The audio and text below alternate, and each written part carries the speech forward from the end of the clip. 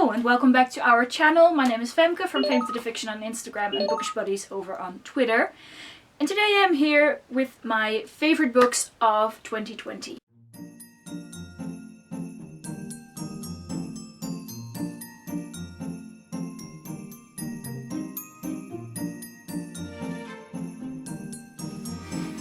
So this video will be a little bit longer than my worst, most disappointing and most surprising lists, but I actually had a pretty good reading year and I actually rated most books 3 stars or above. So yeah, without further ado, let's get into the books. So these are in no particular order. The first book is Woven in Moonlight by Isabel Ibáñez. This is a book that I got in a fairy loot box. I believe it was the first box of the year. And this is set in a world based on Bolivia. It is inspired by Bolivian mythology. I'm not sure you can call it a mythology, and Bolivian religion, politics, all of that. I really enjoyed this mythology and everything that was inside. We are so used here to Western based mythologies, so to speak, and I just found this super refreshing. I found the magic system to be super interesting. I would have maybe liked to know a little bit more about how it worked, but overall that's it. I mean,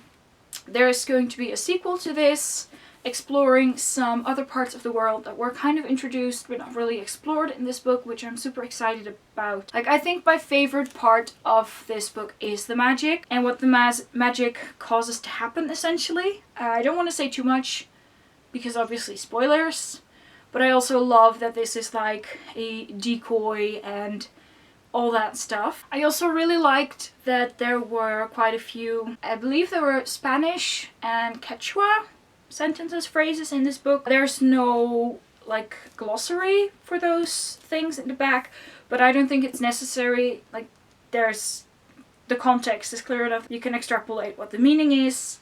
So overall, I found this a super refreshing read, and combined with the magic system and the plot and everything, I really like this book. Then the next book is War of the Bastards by Andrew Schwartz, which is the third and final book in the Royal Bastards trilogy. It's a trilogy, but I think it's just called Bastards or Royal Bastards.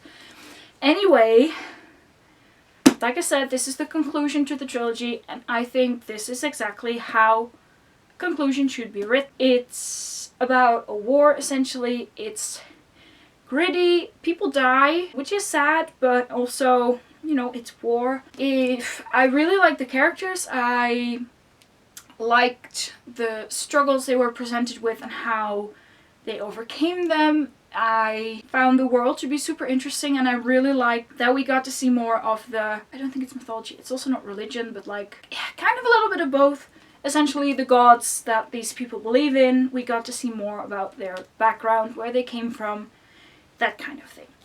And that is something I think I also said in my review of City of Bastards, which is the second book, that I wished we saw more of that. So I'm really happy we got to see that in the third and final book. And yeah, like I said, I just think this is the perfect way to end a trilogy, because it left on a mostly happy note, but it was also, you know, they were getting there. It's not like, you know, happy ever after, but there's like the potential for a happy ever after, if you know what I mean. Then up next is Serpent and Dove by Shelby Mahurin. I flew through this book. I was reading this on the plane back from South Africa, so technically I didn't read it in one sitting, but in 2, since it was like a split flight. But I just had so much fun reading this book. It is pretty big. I think it could have been a bit shorter, but regardless, I didn't mind it so much because I did fly through it. I just loved getting to know these characters, and I loved essentially the plot. I would have liked like the ending maybe to be a bit longer and more detailed, as opposed to the massive amounts of detail you get in the beginning, but that's just personal preference. But yeah, overall, like I said, I just really enjoyed this. I found this super immersive, and I liked that it was set in this, you know, French world. Obviously, it has the enemies to lovers trope, which I don't know how many times I've already said it, but that's like my favorite trope ever. So that's like bonus points if done right. I also liked that this was a bit more mature in tone as opposed to many YA books. So I guess this could technically be called new adult, something like that. Yeah, like I said, overall I just really enjoyed this book. One of my favorite things of this book was the banter between the main characters, and you know, how they just make each other fly up the wall, essentially, which is enemies to lovers. The next book is Spin the Dawn by Elizabeth Lim. I read this because Esmay challenged me to read it, and it turned out that I loved it. I was kind of scared that it was going to focus too much on, you know, her actually being a tailor, because it's pitched as like Mulan meets Project Runway, and it's really not. I mean, the Project Runway part is a really small part. What was in it I really enjoyed. I really enjoyed the fact that she dresses up as a boy. Again, it was kind of enemies to reluctant allies to friends to lovers kind of thing, which is a weird dynamic. But there was sorcery, and I loved that she had to go on this journey to get these mythological items to make these 3 dresses, and it was just everything that I could have wanted from a book, essentially. The next book is The Empire of Gold by S.A. Chakraborty, which is the final book in the Daevabad trilogy, and it is potentially also known by its synonym called Pain. This book was amazing. I think this is easily like my most favorite read of the year. And this is, again, such a perfect ending to this trilogy. It ends on a bittersweet note, but there is the potential for it to become happy and for it to become more, but it doesn't feel forced, it doesn't feel rushed. And I really, really applaud Shannon for doing that. So this book immediately picks up where the Kingdom of Copper left off, and we get right into the action. Again, I loved seeing more of this world, meeting more different peoples, and getting to know more about different tribes. I loved Dara's character development, also Nari's and Ali's, by the way. And yeah, like I said, I just loved seeing more of the world, of the beasts and gods behind it, and I really don't know what else to say. I mean, I cried at the end. You may have seen that I posted, you know, the tweet on the internet, and I was just, it was such a sad moment, but I also couldn't have thought of any better way to end it, if that makes sense. I have nothing but good things to say about this trilogy. Up next we have Sorcery of Thorns by Margaret Rogerson. This is a standalone, but after reading An Enchantment of Ravens, I was really hesitant to go into this. I was supremely let down by An Enchantment of Ravens, and I was really scared that this was also going to be the same. It wasn't, because it's on this list. I really loved this book, just like I say for every book. I know, but it's true. This book has, you know, libraries filled with magical books that have their own wills. There's enemies to lovers, magic, sword fighting essentially, demons, who are also demon cats. I think this is a stunning book. In addition, the cover is gorgeous. Well, just bonus points. But yeah, I found this to be really well written. The only thing I have to note is that there is literally no diversity in this book. There's no people of color, as far as I'm aware, nor any indigenous or black people.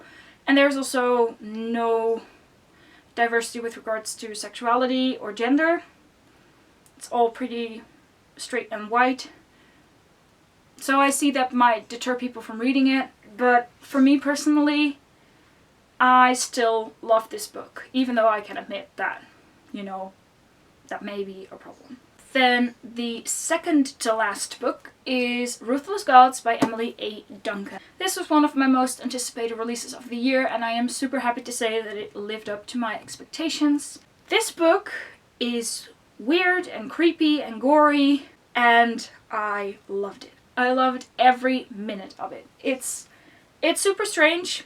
It's really gritty. You really get that cold, wintry feeling being in a forest in the winter and everything. And it's just so well done. I love getting to know more about the gods and the saints in this book. And obviously our main lead, Malachias, I'm really not sure where to put the emphasis, is, you know, he's also kind of sweet. It's a really strange combination, but I can't help but feel kind of sad for him because I feel like he's pretty misunderstood. But regardless, I really hope that everything will turn out right in the final book, but I'm scared. So, there's that. Also, I was sobbing by the end of this book. Positively sobbing. I don't have any pictures, but I remember it clear as day. And then the final book on this list is one you may have expected because I have been talking about this non-stop, I think, lately, and that is The Year of the Witching by Alexis Henderson. I was intrigued by this book when it was first announced. Mind you, I thought it was actually called Year of the Witchling, and it took me about, I don't know, until I bought it to figure out it was not Witchling, it was just Year of the Witching. So, my bad, because again, reading is difficult, but this is just stunning, in my opinion. This book has witches, creepy forests, a cult-like society. It's fast-paced, it has plenty of detail despite being fast-paced. It explores quite a lot of the world despite it being pretty short.